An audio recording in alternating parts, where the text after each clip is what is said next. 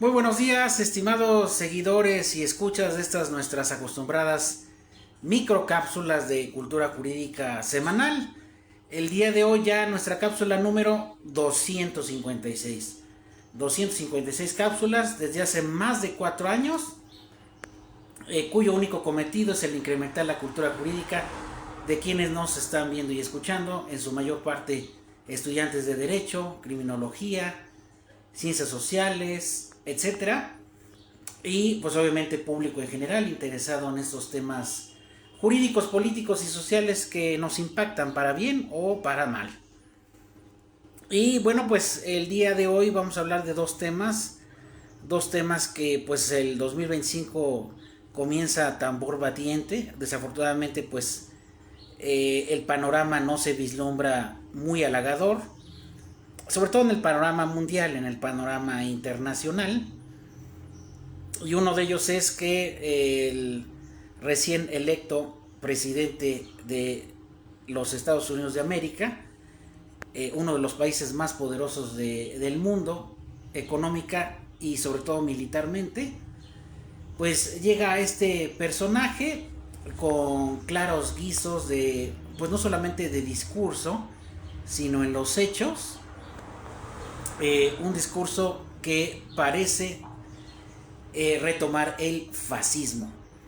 ¿Qué es el fascismo? Pues es una corriente que ya tiene mucho tiempo, después de la Primera y Segunda Guerra Mundial, que se dio con Mussolini, que se retomó, un régimen autoritario, totalitario, luego posteriormente el régimen nazi, y donde abundan las ideas de extrema derecha, racismo, intolerancia, etcétera, ¿no? Y muchas veces nos preguntamos, ¿eso quedó en el pasado? Y la verdad es que no. La verdad es que la intolerancia, la xenofobia, el odio por cuestiones de raza, temas de la supremacía, creíamos que ya estaban rebasados, pero no, desafortunadamente no. Y parece que ese va a ser el régimen, o por lo menos eso es lo que se vislumbra, en los próximos 4 años en nuestro vecino país del norte. Y no solamente queda en ese discurso de echarle la culpa a alguien de las desgracias de ese país, y no se ve la real situación interna de los Estados Unidos de Norteamérica. Y si bien es cierto, un colega, Eliseo Martín, a quien saludo, nos dice que no nos metamos en los asuntos internos de Estados Unidos porque finalmente ellos eligieron en una pseudo democracia, porque la democracia solamente existió en Grecia y Roma hace ya muchísimos años, miles de años. Esta democracia que vivimos es una democracia meramente numérica, no es una democracia real, no es una democracia como sistema de vida. Y yo le decía que coincido con su apreciación de que efectivamente no hay que meterse, no hay que tener injerencia en los asuntos internos de cualquier país, pero principalmente ahorita que estamos hablando de los Estados Unidos.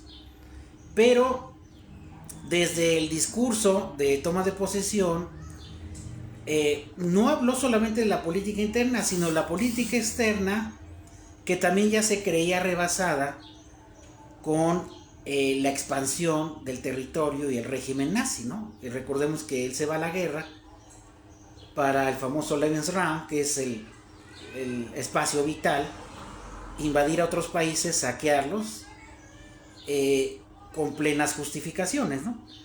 Y es lo que parece estar haciendo este personaje cuando menciona que el Golfo de México ya no es Golfo de México, sino es Golfo de América, cuando quiere anexarse Groenlandia, cuando quiere invadir México sobre pretexto del narcotráfico, cuando quiere recuperar el canal de Panamá, cuando quiere anexar también a Canadá.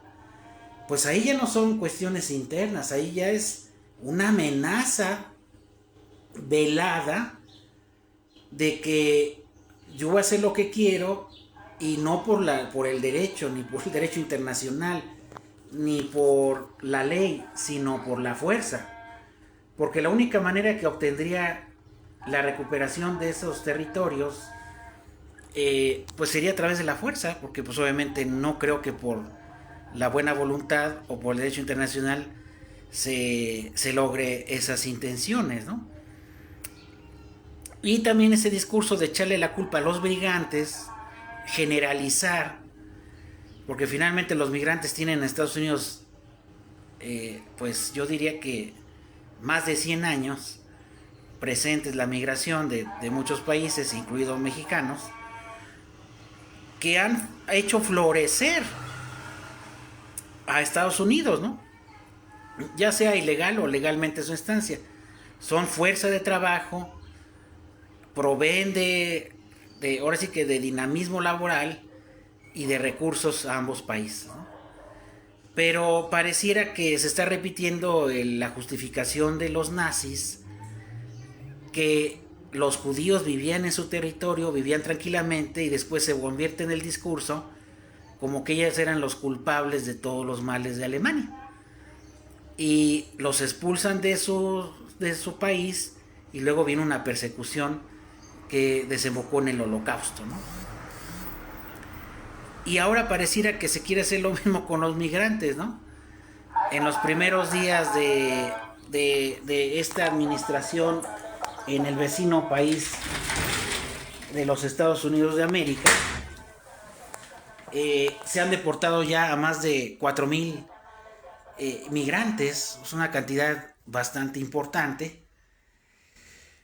Independientemente de todas esas implicaciones que tiene ese discurso pues es un discurso realmente de odio, ¿no? Se viola varios derechos humanos, varias convenciones. Se habla otra vez de bases militares donde hay centros de privación de la libertad totalmente ilegales, como Guantánamo, e incluso se planea enviar a los migrantes por allá, cosa que pues obviamente es algo totalmente ilegal, etcétera, ¿no? Entonces pareciera que se va a instituir un régimen totalitario que coincide con el proteccionismo económico, ¿no? Coincide con lo que hasta ahora, no solamente en el discurso, sino ya se está comenzando a hacer, ¿no? Y les decía yo en las cápsulas anteriores que una pequeña prueba de esto era lo que aparentemente ya cesó el fuego en la Franja de Gaza, ¿no? Aniquilan, arrasan a un pueblo, el pueblo palestino. La comunidad internacional pues solamente levanta la voz, pero no va más allá, no hace nada.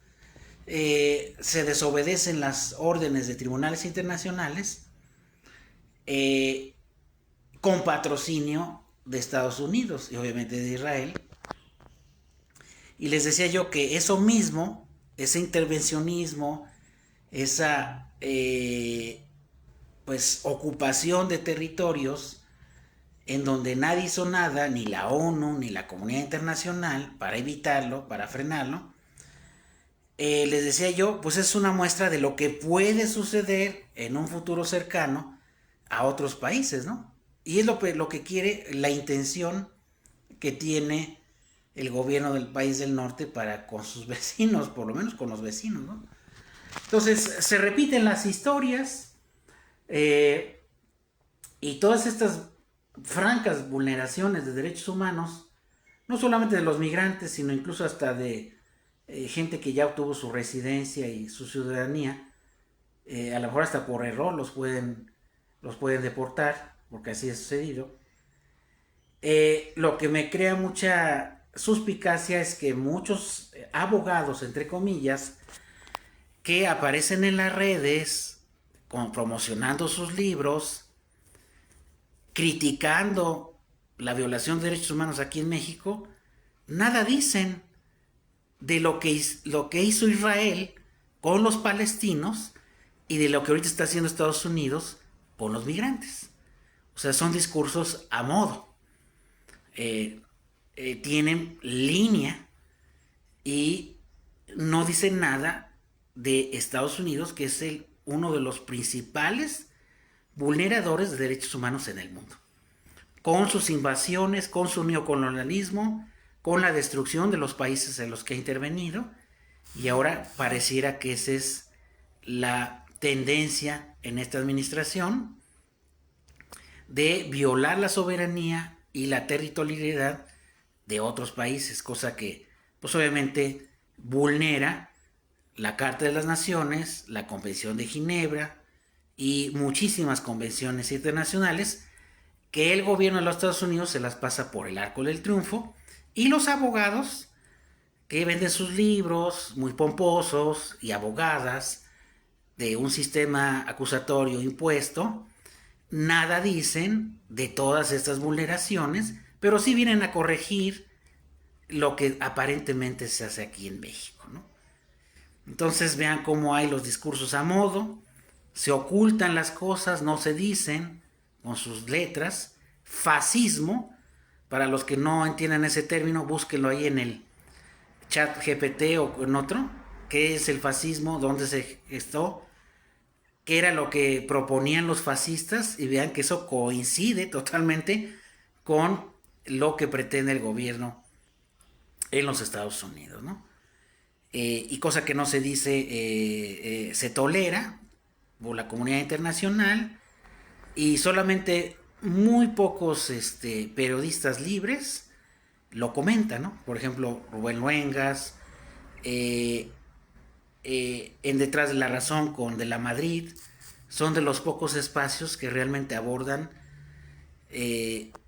muy seriamente estos temas y se dan a conocer a la opinión pública, ¿no? Aquí en México, ¿no? Mientras otros no callan, y es un silencio totalmente cómplice y criminal de lo que Estados Unidos e Israel ha hecho por décadas con Palestina, con otros países, con centros de retención ilegales como en Guantánamo y otras invasiones que de bandera falsa, que solamente dejaron destrucción. Y que ahora pues quiere no solamente amenazar, sino hacerlo y llevarlo a cabo, ¿no? Entonces, lo preocupante es la política exterior, porque pues realmente debiera haber respeto entre los países, pero pues no solamente ya es una guerra comercial, sino es una guerra pues ya pues asimétrica, y ahora pareciera que están los territorios en disputa, ¿no? Entonces, hay que señalarlo con sus letras, y bueno, ojalá no se cumplan esos cometidos que tiene el gobierno de ese país, y que los países que son los más afectados siempre, los latinoamericanos, resistan y estén más unidos que nunca. Y incentiven su planta productiva local, su autosuficiencia alimentaria, y pues ya dejemos de depender del mercado exterior, por lo menos en lo más básico, ¿no? Eso es lo importante y lo que vendrá seguramente a futuro. Y el segundo tema que tenemos el día de hoy es que el próximo lunes, bueno, no el lunes, sino el lunes es día feriado, se conmemora el 5 de febrero un aniversario más de la promulgación de nuestra Constitución Política de los Estados Unidos Mexicanos, la Constitución de 1917. Nuestra ley fundamental, nuestra ley primigenia, donde se contemplan los derechos humanos, la organización del Estado, pero con o sin 4T, desafortunadamente muchos de esos derechos, de esas aspiraciones del pueblo, desafortunadamente no se cumplen. En muchos rubros: ambiente sano, vivienda, salud, seguridad, están pendientes. Desafortunadamente se vulneran sistemáticamente muchos derechos humanos, y aquí habría que replantearnos, más que reformar la Constitución, como lo han hecho y no se ha podido aterrizar a la realidad, debiera de replantearse una nueva Constitución, ¿no? Yo creo que eso es lo urgente, que se constituya un nuevo Congreso y que se elabore un nuevo texto constitucional acorde a la realidad nacional e internacional, y donde de verdad se respeten esos derechos humanos de las personas y se mantenga la vigencia del Estado de Derecho y sobre todo del equilibrio de poderes.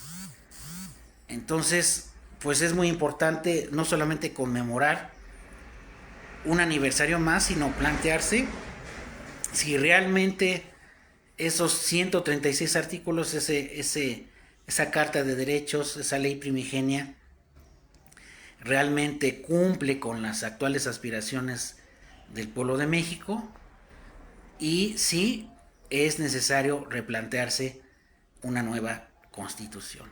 En mi opinión, yo creo que sí, y debe de revisarse muchos temas que están en la constitución y que nomás no se acoplan a nuestra realidad social, política y económica de nuestro país, como lo es el sistema de justicia, que finalmente terminó de no funcionar, no convence a nadie y urge replantear ese tema, entre otros muchos que se deben de revisar desde el texto constitucional.